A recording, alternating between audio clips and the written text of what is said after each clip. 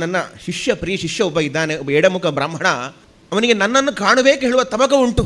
ಹಾಗಾಗಿ ಒಂದು ಬಾರಿ ನಾಳೆ ಈ ನನ್ನ ವೃಂದಾವನದ ಎದುರುಭಾಗದ ಶಿಲಾಫಲಕವನ್ನು ತೆಗೆದು ನನ್ನ ದರ್ಶನವನ್ನು ಮಾಡಿಸುವವರಿಗೆ ಅಂತ ಹೇಳಿ ಸ್ವಪ್ನ ಆಗ್ತದೆ.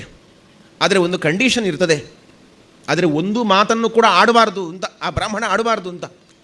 ದರ್ಶನ ಮಾತ್ರ, ಮಾತಾಡಲಿಕ್ಕಿಲ್ಲ. ಮರುದಿವಸ ಬೆಳಿಗ್ಗೆ ಆ ಬ್ರಾಹ್ಮಣನಿಗೆ ದರ್ಶನವನ್ನು ಕೊಡಬೇಕು ಹೇಳುವ ದೃಷ್ಟಿಯಿಂದ ವೃಂದಾವನ ಪ್ರವೇಶ ಆಗಿ ಅನೇಕ ದಿವಸಗಳಾಗಿ ಹೋಗಿದೆ.